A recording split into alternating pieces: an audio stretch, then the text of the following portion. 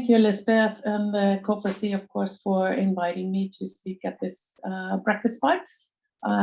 It's an honor to sort of share some final reflections here from the project around children and young people's lives. In the DigiGen project, I just want to kind of go right to it, but I think one thing we need to remember a little bit is the project took place, it started in 2019, and of course we had sort of a COVID situation throughout the project, but we feel like it gave us some actually better insights to what children and young people are concerned with, and including them as co-researchers, and that was sort of our methodological approach. So in DigiGen, we had basically three very specific aims I want to talk about. The first is to develop significant knowledge about how children and young people use, but also are affected by the technological transformations in their everyday lives. And it's really these everyday lives that we really try to kind of get into and understand in terms of children's perspectives. Secondly, we wanted to explain the conditions under which harmful, but also the beneficial effects of digital technology used by children and young people occur. And for us, this was important to have effective social, educational, health, and online safety policies and practices, and to allow us to also give input into new regulations in this area. And I think this was very important. I think one thing that I wanted to talk about is we know in many ways a lot of the harmful, but we don't know enough about the beneficial effects. Secondly, our starting point was a kind of conceptual model looking at the ecological systems around children and young people's lives. So for us, we wanted to look at, and Hola, I think you can go to the next slide, the microsystems surrounding children and young people's lives. In a recent working paper, we provided sort of the steps to sort of understanding this conceptual model, but we were interested in looking at the family, the education, their leisure time, and their civic participation. And the reason why we did that is we wanted to, again, look at the benefits, risks, vulnerability, but also how do we understand resilience in terms of children who we wanted to contribute to sort of a better understanding of resilience around children's lives. So seeing things such as digital maturity or digital engagement, their well-being, tackling misinformation, looking at digital skills. Certainly parental control is an important issue, but we are not necessarily concerned, and our research has found that screen time is very much focused on, but we tend to overlook what's actually happening on the screen. So rather than focusing on the time, we're trying to encourage adults to think about what is actually taking place on the screens rather than the amount of time being spent. But certainly there are a number of perspectives that lead to that increase existing vulnerability, socioeconomic background, children who are not native born, children who lack knowledge and skills sufficient. Gender has sometimes been an aspect that has increased vulnerability, and also children's connection to the school. We have a working paper looking at digital deprivation, and sort of we see in that paper a very east-west divide in deprivation in terms of access to digital technology. We also see a sort of north-south European divide. That is something that has been very interesting and we'll look at a little bit further.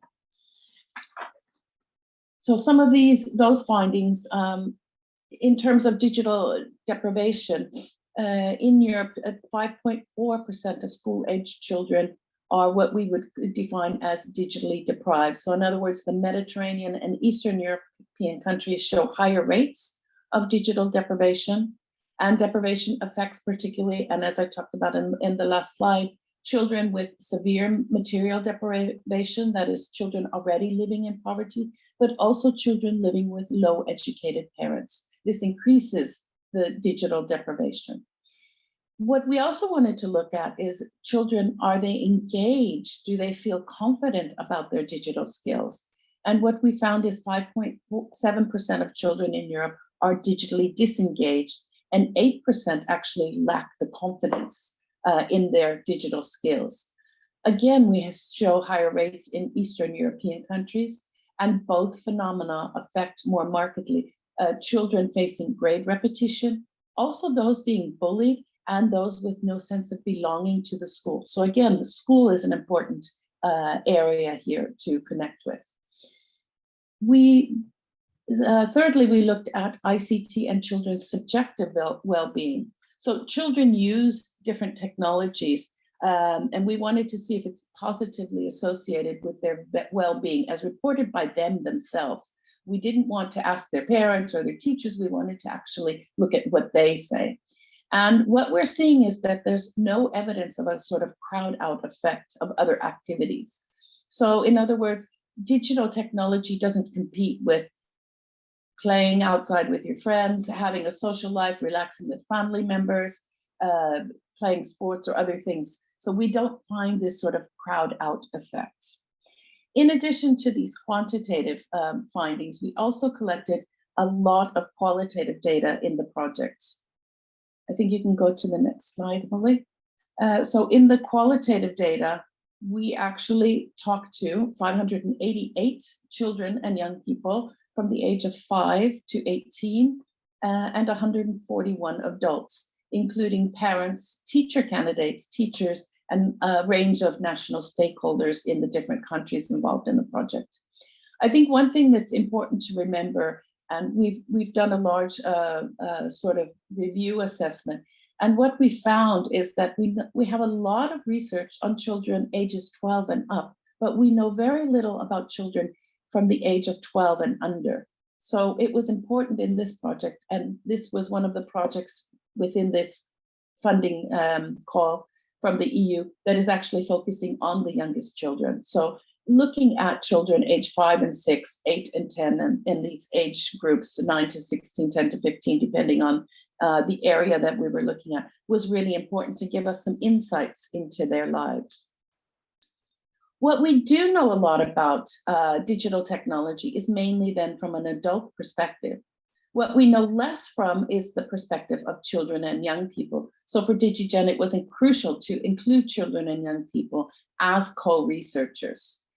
We met them in their everyday digital lives through their mobile phones, through gaming. We invited them into our world as co-researchers. We also, it was serious for us to really include them as research participants. And this has given us a unique insight into their use of digital technology. For example, we developed also an app which we use to get them to share what they actually are doing on their mobile phones. The app, of course, covered all the GDPR requirements from the European Commission, but this is a word cloud that's showing sort of what children and young people are actually doing on their mobile phones. So they're looking at WhatsApp, they're using YouTube, Discord, Snapchat, Bilder, that's actually the name of the app. So that's quite, and the larger the word, the more often that was reported in the data from the children. But they're also doing educational things, such as Minecraft, which is both leisure, but also education, Geometry Dash, math factors. Microsoft Teams was both being used for communication, but also for schools. They have Google Classroom, Duolingo. So you see there's a whole range of things that children and young people are doing. In other words, they are communicating, they are gaming together, they are learning at school, and they are also using it for entertainment. As this pie chart shows, a good portion is communication and gaming, but they also do homework, they also watch TV, they listen to music. A few of them read the news and see the news. We probably would want a little bit more, but that's the situation today. And we also included them as co-researchers. So we invited them into what we called video workshops, where we didn't want just self-reported data, but we wanted to get their insights into actually doing the research. So we invited them to be co-researchers with us. That gave them the opportunity to sort of share their experiences and their reflections. They were invited to either online or in person. This is one of the in-person video workshops. groups of, in this case, 7th and 8th graders and student teachers were invited for the day. The 8th graders made a series of interview guides, and they interviewed the grade 7 students. The student teachers made a series of interview guides, and they interviewed the grade 8 and the grade 7 students. And what was interesting is it was very much an active participation. It was very much an exploratory method on how we can include actually children and young people as co-researchers, a kind of citizen science, if you may. We also felt it was important, they gave us important input on topics that were important for them, but also about future research and in many ways, recommendations to policymakers, to teachers, to educators, to us as researchers as well. So it was a very interesting and unique day. And what I'd like to now do is just share a little bit about children's voices and what they're thinking. So what children and young people think about adults. Well, I think it's like a child wants to go and play with dad, but dad wants to watch the computer instead. I think he's actually done all the work, but he's watching a video on YouTube. So this is what children see us doing. We're role models for them. So they actually see, so if we're talking about time, we also have to consider what are we doing with the time? Another quote here, sometimes grandma comes and says, why are you looking at this stupid video? And right then she says, shutting it down, right then she's shutting down the computer. I tell her it's interesting to me, but she won't let me and she doesn't listen. And again, this is the voices of children. They want us to listen to them. They want us to know why they're watching this, what it is that makes it fun for them or interesting or entertaining. There are lots of reasons. Another quote says, I would like, teachers are often not on social media, and if they want to have a lesson about being bullied, they do not know how it is to be bullied on social media. They think it only happens at school. The explanation from teachers are, we just need to be nice to each other, but they don't really understand. And this again points to some of the situations, some of the unfortunate situations. I think in this case, this young person was actually telling one of the student teachers that she is being bullied in school. But of course, young people also talk about things that they like, but they would like the adults to do. They want their parents to listen to what they have to say. But after I started searching for information online, I decided I didn't really, my parents' views didn't really connect with the same kind of views that I had. So for them, it's also quite interesting to see how the online world allows them to open up and sort of develop their own identity and their own views. But children also talked about positive aspects. So for them, for example, they really like TikTok. It makes them happy. I think it makes a lot of people happy. Of course, there are dangerous things on there. But they also like spending Saturday night with their family. That's the favorite time for this 9-year-old. For her, it was watching a movie with her parents on HBO or Netflix app. So there are fun things they like to do. Another one, the smartphones are useful to make calls, to take pictures, to send messages, but also allows us to video call with maybe 10 people during a vacation. Of course, they see robots can help us clean the house, and smartwatches are useful for listening to music and making calls. So they see the positive things. And of course, it's nice to relax in bed with my iPad, but also cuddle up with my teddy. So there are some balances there. Children, though, are also concerned about risks and their own responsibilities. So for them, they think, first of all, it's important to think you should not comment on things you wouldn't say to somebody face to face. They have a very good attitude. They understand. And I think sometimes they see some of the things that adults do and take that as a learning lesson. Another child says, what is dangerous are hackers, people that stalk you, and pedophiles, of course. They are dangerous people, and they're aware of it in their surroundings. If my dad can Google how to put on the parent control, I can Google how to remove it. So they're also quite what would I say, crafty in their thinking. And then finally, parents don't know that much about Roblox, and they don't know why it's our favorite. There are a billion games, and if parents say no about a game due to age limits, I can just go on Roblox and play what you want, like Grand Theft Auto. I don't think they really know about that. And that was very interesting and insightful discussion with these children. This was actually taken from a focus group interview. Children also have some thoughts about the future of technology. So for them, sorry, they think we might have much more, we will have much more virtual reality in the future, or use much more virtual reality. They also think that maybe in the future we will have, or PCs will have a chip linked to our brain. And there are some, it sounds like the wild sci-fi fantasy, but there are some researchers working on that. For them, it would be nice to use a little bit more gaming and stuff like that. More practical things like VR to learn about, for example, Greek history. This young girl said it would maybe even motivate some people to learn. And then, of course, in the future, people who did not grow up with an iPhone, they wouldn't understand as much. It gets harder and it gets more complicated for them. And I think we're already seeing some of that. We're already seeing some, of course, there's older people, but there are also young people that are outside the digital environment who don't have the skills and the competencies. And I think this is something we need to really consider. So just to sum up a little bit, children and young people want adults who understand their use of digital technology and adults that they can talk to. Adults are very often, on the other hand, focused very much on the online dangers or screen time. Secondly, children and young people are unsure about adults' digital competence, and they often think they are better than adults. But adults may think that children are super users and they often lack digital skills.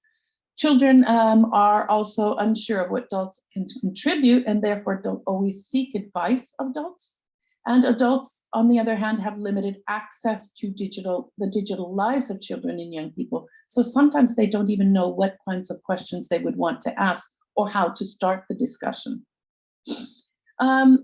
Fourthly, we see a blurred distinction between online and offline use in these different microsystems in children's lives. In other words, they don't really see the difference. For them, it's just all life, whether it's on digital or non-digital.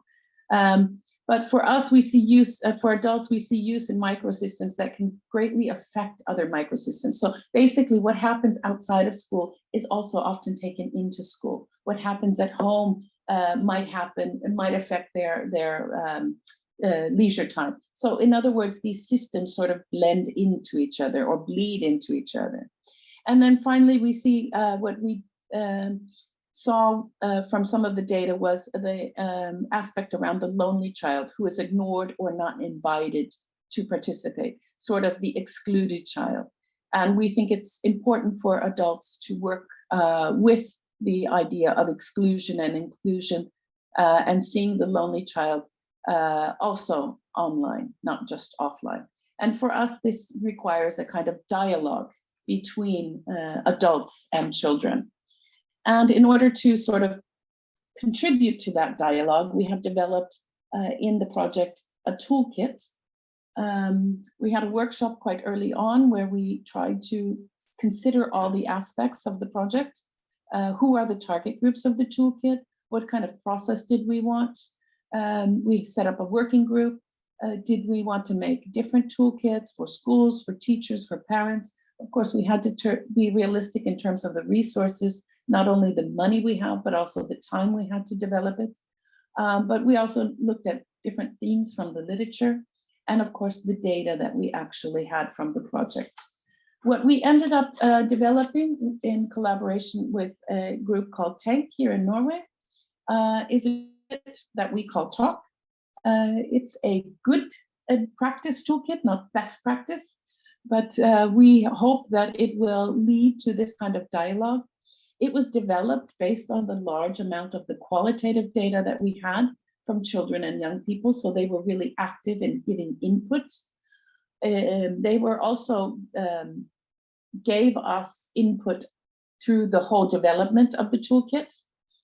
It was developed in English, translated into German, Greek, Norwegian, and Romanian languages, and will be translated into other languages as we have the capacity.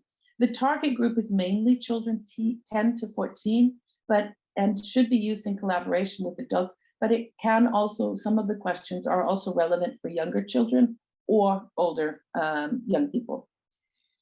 These are actually in the form of what we call conversation cards. And the reason why we're calling them conversation cards, because we want to develop this kind of dialogue and this conversation between adults and young people, not only on the negative aspects, but more around the positive aspects, because starting the conversation is easier when you talk about the positive aspects than when you start the conversation once I've done something stupid or bad or seen something I'm not supposed to see. Then it's harder to start that conversation. So for us, the idea was to start the conversation quite early on, and a lot of on the backside of these cards are sort of quotes from children and young people, scenarios, situations, dilemmas, or questions that invite a conversation between adults and young people. It's not, I'm going to ask you a question as an adult and you're going to answer me as a child. Maybe you also want to ask me the question. So we're hoping that it will develop this kind of dialogue. In addition, we have all our working paper series. These are available on our website. And then a set of policy briefs that we have developed, which are also on our website. I think what has been important in the project is to ensure access to digital devices and connectivity in the digital environment, and that enables children to be active participants as digital citizens. The importance of tackling the digital divide, giving meaningful access to digital spaces for children and young people as digital citizens, and recognizing their civic participation. So thank you. Thank you, Hatla. So I will just build on that now by really expanding on the explicit policy recommendations that we have from this research. So over the 3-year period, we used the research across the 3 years to develop recommendations for policy and practice. But we really just wanted to highlight also for this year's Safer Internet Day that the focus is on together for a better internet. And I think that's really the approach of DigiGen in itself, is that no one actor can take on the digital transition. We all know that from our various backgrounds, whether we're a young person, a child, a parent, a teacher, policymaker, etc. We're all facing our own challenges in navigating all the different changes that we have in this digital age, but we need to do it together. We often see, I think Hatla expanded on that quite nicely, that children are sort of blamed for maybe bad things that can happen online, for example. So they feel the sense of burden on themselves, that they need to be better, they need to know how to do everything properly, not get into any tricky situations. We also saw a lot in our data that parents also feel that burden. So parents are expected to, they're seen as bad parents if you give your child a tablet at the dinner table, or if your child goes on social media below the age of 13, for example. So there's a lot of negative attitudes that really put directly on the child and the family, whereas really what we need to do is make sure that together we have strong policies that can support children and families through the digital transition, and also products and services that support that too. So without the products, without the devices that can allow children to act as digital citizens, families are a bit stuck. So it's a team effort, and that's the overall theme. And yeah, as Hatla says, we focus on 2 key areas. So, is this working? Yeah. So access and competency.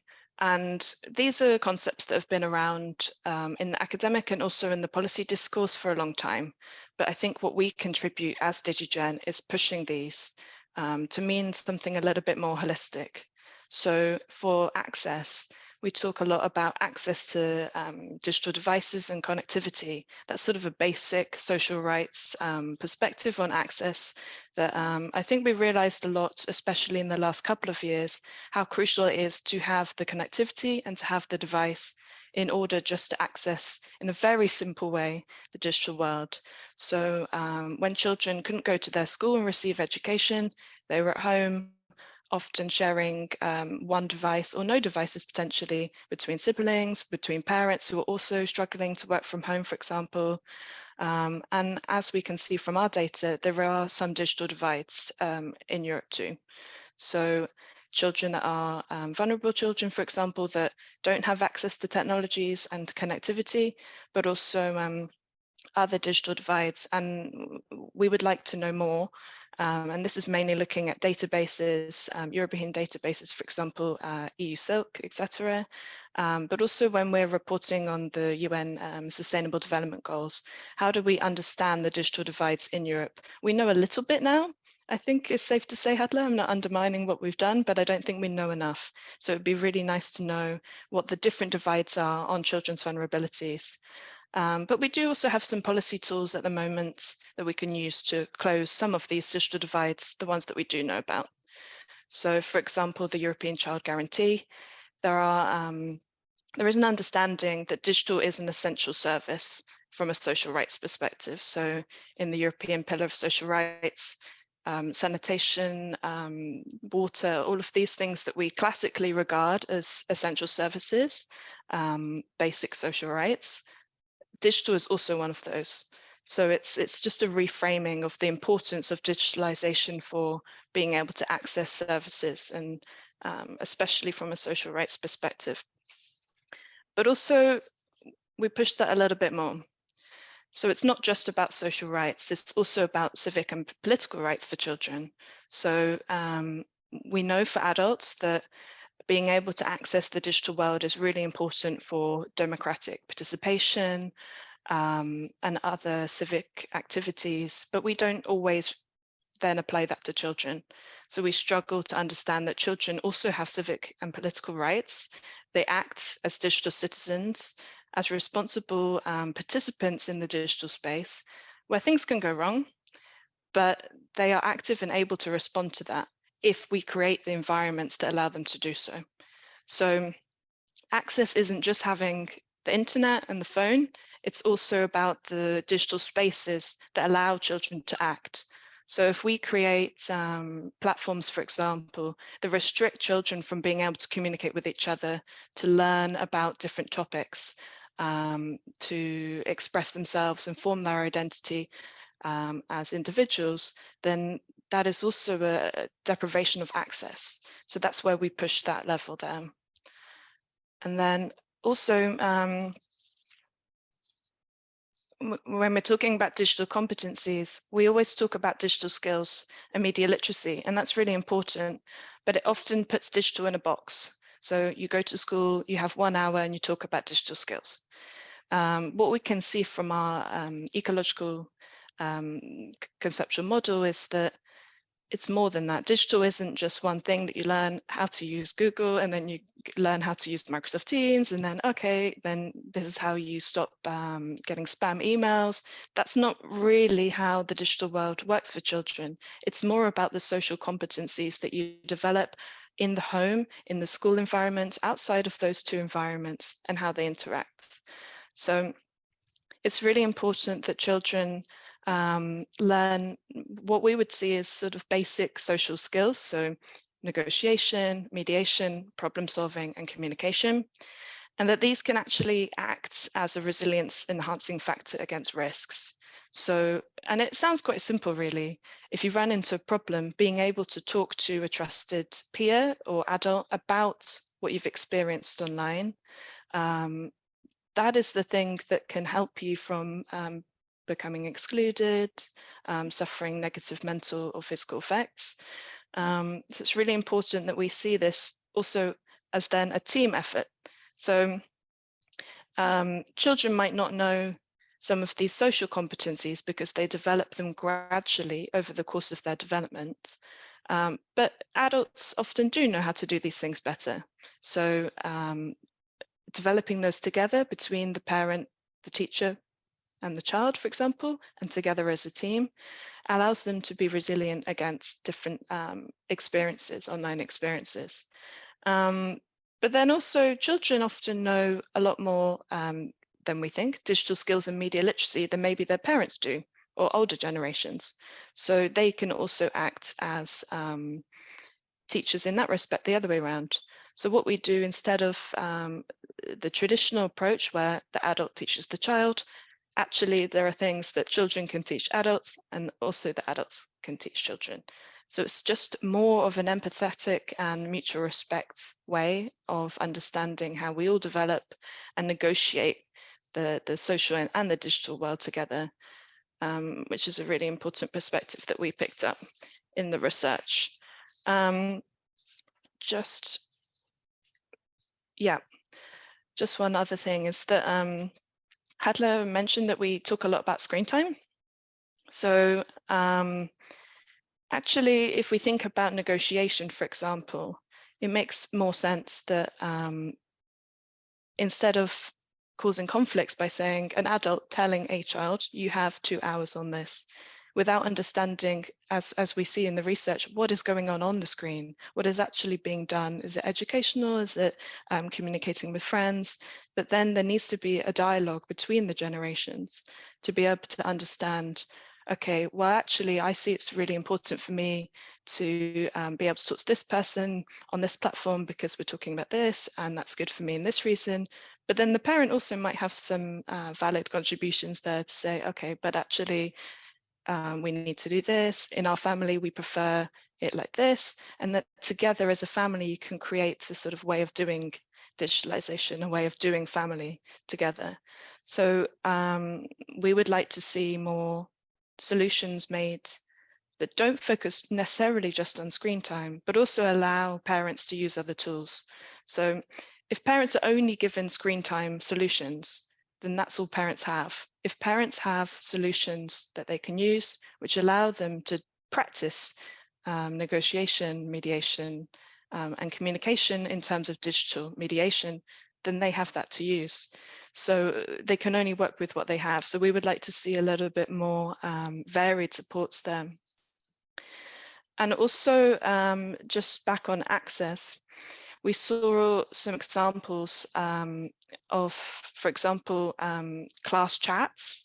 So when children were having to study at home during the lockdowns, they had these class chats on different softwares that they had to be able to talk and exchange with their classmates, maybe on their schoolwork, but also in other things as their friends.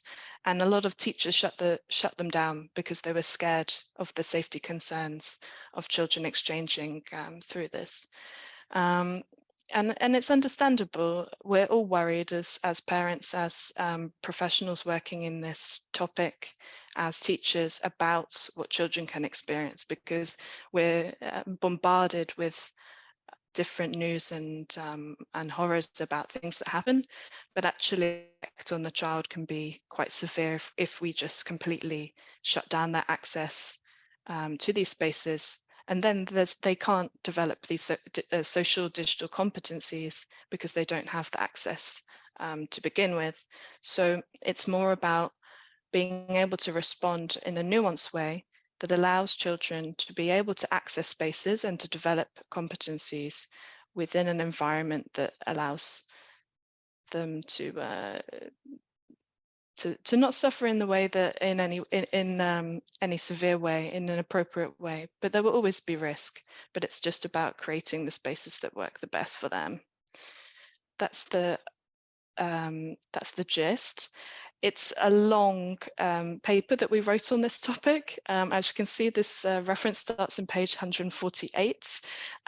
So if anyone is brave enough to dig in more, I would recommend it. There's some really interesting stuff in this paper. I've put the QR code here. So this unpacks more explicitly on the recommendations, but also summarizes the research more of what Hadla presented earlier too. So thank you very much for listening to us, and I'm looking forward to seeing also what you've been doing in your areas of work across Europe, but also we're here for any questions too. Yeah. Thank you.